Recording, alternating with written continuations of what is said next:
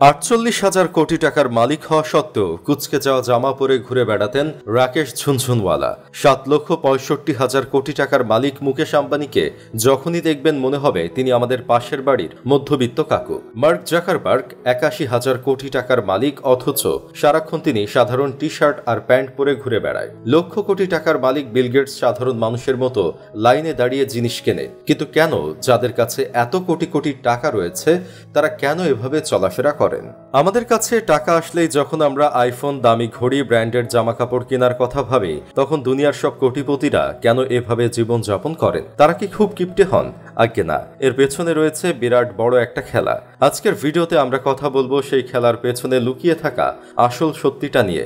আপনাদের রীতিমতো চমকে দেবে Bill Gates, Elon Musk, Mukesh Ambani. অধিকাংশ এই বড় লোকদের দেখবেন আমার আপনার মতো সাধারণ পোশাক পরে সাধারণ মানুষের মতো জীবন যাপন করতে, কিন্তু আসলে এটা একটা বড় পাবলিসিটি স্ট্যান্ড, পুরোটাই লোক দেখানো।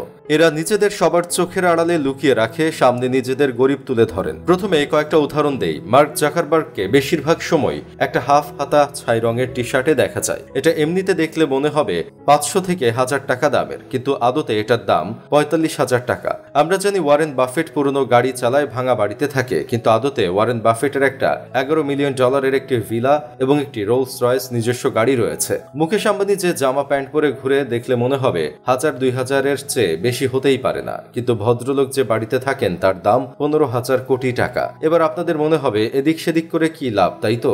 আসলে এরা যত সাধারণ মানুষের মতো সাজবে ততই সাধারণ মানুষের ভরসা এদের উপর বাড়বে, আর ঠিক সেই দেখেই সাধারণ মানুষ এদের জিনিস বেশি ব্যবহার করবে, বেশি কিনবে। আরেকটা উদাহরণ দেই। ধরুন একটা কোম্পানির যে মালিক, সে সারাক্ষণ দামি পোশাক পরে দামি রেস্টুরেন্টে খেতে যায়, দামি গাড়িতে চড়ে, তাহলে তার কোম্পানিতে যারা কম টাকা মাইনের চাকরি করে তারা কি ভাববে? লোকটা নিজে টাকা ওড়ায় অথচ আমাদের দেয় না। এতে কর্মচারীদের মনে ক্ষোভ তৈরি হবে, তারা বেশি মাইনে চাইবে। কিন্তু ধরুন অন্য একটা কোম্পানির কর্মচারীরা যদি দেখে তাদের মালিক সবসময় ছোট হোটেলে খায়, ভাঙা মোবাইল ব্যবহার করে, ১০ বছরের পুরনো গাড়িতে চড়ে, সেই কোম্পানির কর্মচারীরা তখন বেশি মাইনে চাইতে গেলেও ১০ বার ভাববে। আর ঠিক এই কারণগুলোর জন্যই বুদ্ধিমান বড়লোকেরা পয়সা দিয়ে একটা টিমকে কাজে রাখেন। এই টিমের কাজ হয় বড়লোকদের মধ্যবিত্ত দেখানো। আজ্ঞে হ্যাঁ, বড়লোকেরা কি পরবে, কোথায় খাবে, কোথায় যাবে, কোথায় টাকা দান করবে এবং কোন গরিবের দিকে সাহায্যের হাত বাড়িয়ে দেবে, সবটাই ঠিক করে এই টিম। কর্পোরেট দুনিয়াতে এই টিমের নাম পাবলিক রিলেশন টিম। এই যে বিল গেটস যেখানে সাধারণ মানুষের মতো লাইন দিয়ে রয়েছেন,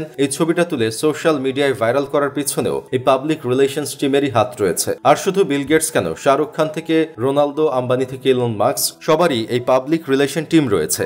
এবার বুঝতে পারছেন তো, আমরা খালি চোখে যা দেখি তার সবটা সবসময় পুরোটা সত্যি হয় না। অনেক কিছুই সাজিয়ে গুছিয়ে আমাদের সামনে তুলে ধরা হয়। আজ্ঞে হ্যাঁ, আধুনিক পৃথিবীর এটাই সবচেয়ে কঠোর সত্যি।